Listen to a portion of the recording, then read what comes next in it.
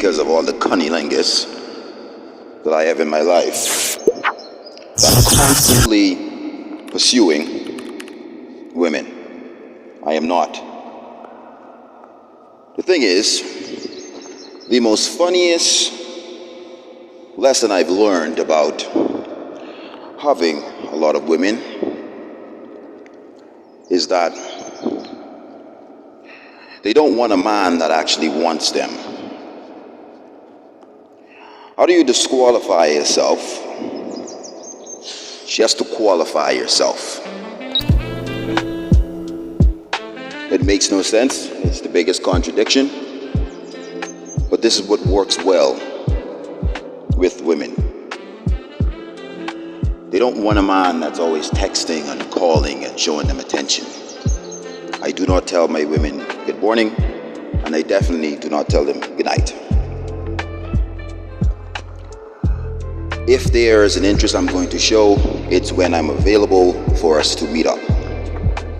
I don't buy gifts. I don't wine and dine. These things are for future husbands, long-term boyfriends, roommates that they call you guys behind your back because you really didn't try to buy her a promise ring just yet and make her your fiance. Insert me. They want a guy that's driven. Most women want a man that has way more things going on for himself other than her. Constantly thinking about her, constantly trying to impress her, entertain like a fucking clown, is one of the most distasteful things or qualities a man can possess to a female. Hi, Daddy. You are not, or I should say in this term, I am not, as the player, because you're still learning to be a professional player. I do not chase women. I chase my dreams, aspirations, crush goals, see better habits other than drinking and smoking and playing video games and whatever else useless fucking pointless shit that you guys normally would do that will not better you as a person, an individual, or make you a better man for your future family.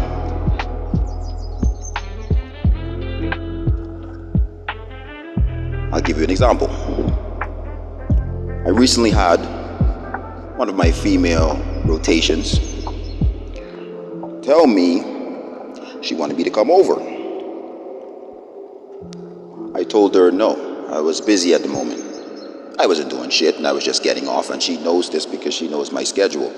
This is one of the things I do because I have to ensure that I protect my time and you will not always have access to me. So yes, I told her no, and I plan to do things to better a skill that I'm just learning. So I chose my skill opposed to meeting up with her. We fucked many times before. Chances are me coming over to your crib would be no different. So I weighed out my options. And me, like I said, increasing a skill that would help me in the future was a better option. When I told her, no, I'm busy right now, let's plan for another time, she texts me with a side text, or a voice note I should say, her vagina, basically saying some bullshit about me not being her friend, this, that, and the next, or whatever the fuck temper tantrum she was trying to display at the moment. I did not fall for it. I left on red. Actually, I think I put a thumbs up. Yeah, I put a thumbs up. That's what it was. Instead of her not texting me back, she sends me photos. Gentlemen, you know what photos I'm talking about. Yes. Her vagina. From the back, on the stomach, a little bit of breast hair in there, as a teaser as to what is there for me not to forget. Guess what I did? Left her on red. She calls me about 20-30 minutes later and asks me if everything's okay, if something's wrong. I said, yeah, everything's fine, what's up? She said, didn't you see the photos I sent you? I said, oh, they're beautiful, as always, but I told you I'm busy at the moment and I am seriously not able to come over tonight. Her man's not in town, she tells me, and this is the aggressive way of her inviting me over for some foreplay and other sexual activities that she has in her mind. I know what she likes to do. It's always the same. She's a slow roller. She likes to do the whole experience. It's not a slam bam, thank you, ma'am. I don't have time for it because I'm going to end up sleeping over. So I told her once again over the phone, no, this is not a good time.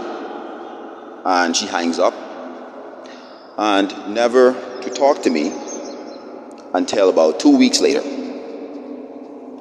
Gentlemen, they will come back once they respect that you have other things going on. If they don't respect that you have other things going on other than fucking them, you have to cut it loose. Your mission in life is to be the best possible being that you can become, to accomplish the highest goals that you can accomplish, to fight, to scrap, to push your limits that you've set yesterday. Today is the day you align yourself with your purpose. You truly believe that I am around here hurting my head about Tom, Dick, Larry, and whoever the fuck else she's probably showing attention to right now while I'm not around. You don't know what your wife is doing. You don't know what your girl is doing. And trust me, I'm the one behind the veil. I'm the one that's letting you in to the club from the back door. Because the front door line is too long. And I assure you, gentlemen, women are sending nudes at work. Women are sending nudes in the morning. They're out here fucking. They're doing so much behind your back because I'm the one they're doing it with. I'm giving you the best advice possible for chapter 2. Purpose. Okay, let's go. Die and live for you and you alone. Of course, if you have a family, you take care of your responsibility, because that's what it is. Once you take up a woman in whatever facet, whether it's marriage, whether the conditions is just a long-term living, whether it's a best friend and she's a fuck buddy, you can get her pregnant too. Then now your ass is on child support for someone that you used to be cool with. Now she's your enemy. Whatever your choices are, remember, you only have a limited amount of time. Focus on your purpose. This is the only mission that you have in life. And gentlemen, just always remember, you only got one, baby. So have fun. Have fun.